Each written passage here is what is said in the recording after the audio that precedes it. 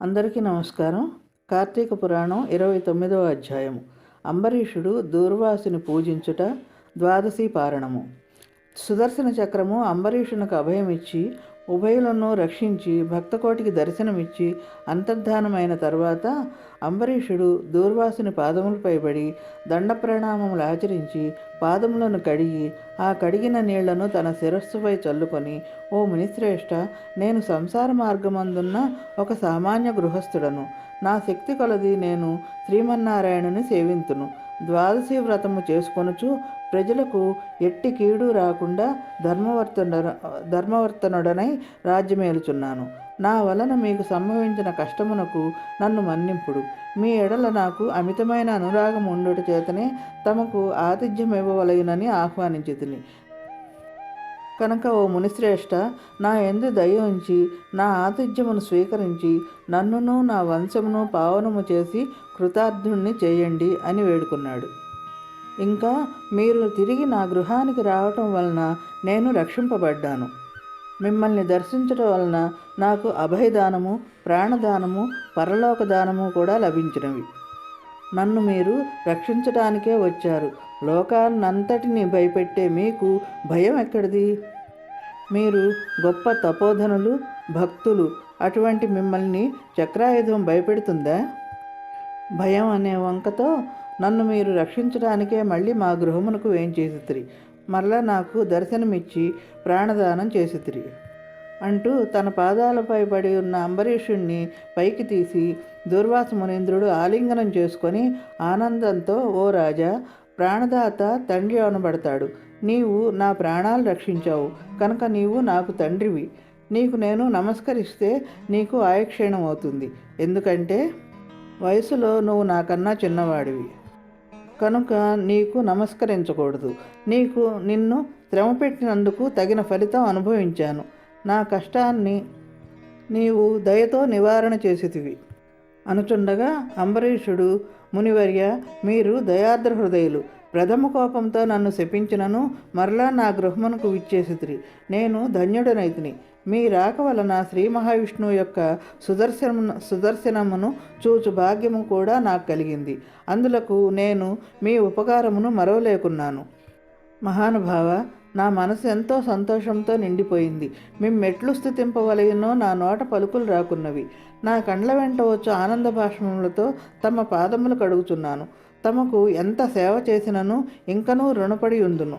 కాన ఓ పుణ్యపురుష, నాకు మరలా నరజన్మ రాకుండా ఉండేటట్లును సదా మీ బోటి మునిశ్రేష్ఠుల యందును ఆ శ్రీమన్నారాయణుని యందును మనస్సు గలవాడనై ఉండునట్లును నన్ను ఆశీర్వదించండి అని ప్రార్థించి సహపంక్తి భోజనమునకు దయచేయమని ఆహ్వానించెను. అప్పుడు దూర్వాసుడు అంబరీషుని ఆశీర్వదించి, రాజా, ఎవరు ఎదుటివారి బాధను నివారణ గావించి ప్రాణములు కాపాడుదురో, ఎవరు శత్రువులకైనను శక్తి కొలది ఉపకారము చేయుదురో అట్టివారు తండ్రితో సమానమని ధర్మశాస్త్రములు తెలియచేయుచున్నవి. నీవు అటువంటి వాడివే. అందువలన నీవు నాకు ఎంతో ఇష్టడువు. నీవు కోరిన ఈ స్వల్ప కోరికను తప్పక నెరవేర్చేదను. పవిత్ర ఏకాదశి వ్రతనిష్ఠుడవగు నీకు మనస్తాపమును కలుగజేసినందులకు వెంటనే నేను తగిన ప్రాయశ్చిత్తమును కూడా అనుభవించితిని. నాకు సంభవించిన విపత్తును తొలగించుటకు నీవే దిక్కైతివి. నీతో భోజనము చేయటం నా భాగ్యము కాక మరొకటి అగునా అని దూర్వాస మహాముని పలికి అంబరీషుని అభీష్టం ప్రకారము పంచభక్ష పరమాన్నములతో సంతృప్తిగా విందారగించి అతని భక్తిని ప్రశంసించి అంబరీషును దీవించి సెలవు పొంది తన ఆశ్రమమునకు వెళ్ళెను. ఈ వృత్తాంతమంతయు కార్తీక శుద్ధ ద్వాదశి దినమున జరిగినది కనుక అత్రి మహర్షి అగస్త్య మహామునితో, ఓ మహాముని, ద్వాదశి వ్రత ప్రభావం ఎంతటి మహత్యం గలదో గ్రహించితి కదా. ఆ దినమున విష్ణుమూర్తి క్షీరసాగరమందున్న శేషశయ్యపై నుండి లేచి ప్రసన్న మనస్కుడై ఉండును. కనుకనే ఆ రోజునకు అంతటి శ్రేష్టతయు మహిమయు కలిగినది. ఆ దినమున చేసిన పుణ్యము ఇతర దినములలో పంచదానములు చేసినంత ఫలమును పొందును. ఏ మనుజుడు కార్తీక శుద్ధ ఏకాదశి రోజున శుష్కోపచారముండి పగలల్లా హరినామ సంకీర్తన గడిపి రాత్రంతయు పురాణము చదువుతూ లేక వింటూ జాగరణ చేసి ఆ మరునాడు అనగా ద్వాదశి నాడు తన శక్తి కొలది శ్రీమన్నారాయణుని ప్రీతి కొరకు దానములిచ్చి బ్రాహ్మణులతో కూడి భోజనము చేయునో అట్టి వాని సర్వ పాపములు ఈ వ్రత ప్రభావం వలన పటాపంచలైపోవును. ద్వాదశి దినము శ్రీమన్నారాయణునకు ప్రీతికరము అయిన దినము కనుక ఆనాడు ద్వాదశి గడియలు తక్కువగా ఉన్నను ఆ గడియలు దాటకుండానే భుజింపవలెను. అంతేకాక ఎవరికైతే వైకుంఠంలో స్థిర నివాసం ఏర్పరచుకొని ఉండాలని కోరిక ఉంటుందో అట్టివారు ఏకాదశి వ్రతము ద్వాదశి వ్రతము రెండునూ చేయవలను. ఏ ఒక్కటి విడవకూడదు. శ్రీహరికి ప్రీతికరమగు కార్తీక శుద్ధ ద్వాదశి అన్ని విధములా శ్రేయస్కరమైనది. కార్తీక మాసమందు హరిబోధిని ద్వాదశి సమస్త దాన ఫలమును, సమస్త తీర్థఫలమును, సమస్త యజ్ఞ ఫలమును ఇచ్చును. దాని ఫలితము గురించి ఎంత మాత్రమూ సంశయింపకూడదు. మర్రి చెట్టు విత్తనము చాలా చిన్నది, అంటే మన ఆవు గింజలో సగం ఉంటుందన్నమాట. అంత చిన్నది అయినను అదే గొప్ప వృక్షమైన విధముగా కార్తీక మాసంలో నియమానుసారముగా చేసిన ఏ కొంచెము పుణ్యమైనా అది అవసాన కాలమున యమదూతల పాలు కానేక కాపాడుతుంది. అందులకే ఈ కార్తీక మాస వ్రతము చేసి దేవతలే కాక సమస్త మానవులు తరించిరి. చూశారుగా, కార్తీక హరిబోధిని అంటే ద్వాదశ వ్రతం మహత్యం ఎంత గొప్పదో.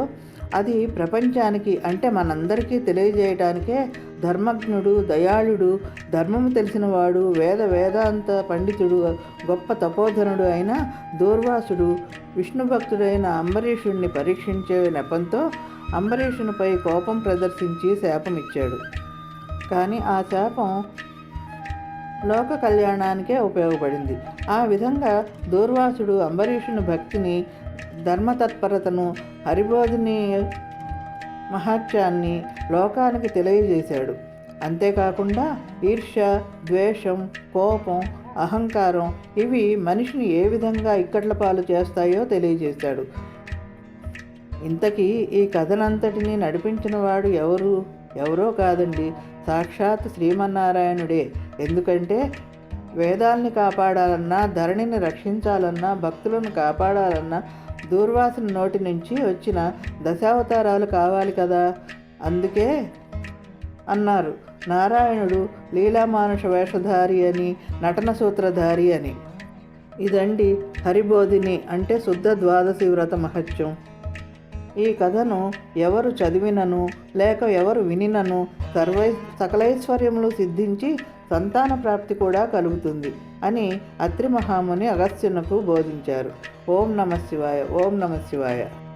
ఇట్లు స్కాంద పురాణాంతర్గత వశిష్ఠ ప్రోక్త కార్తీక మహత్యమందలి 19వ అధ్యాయము అంటే 29వ అధ్యాయం సమాప్తం.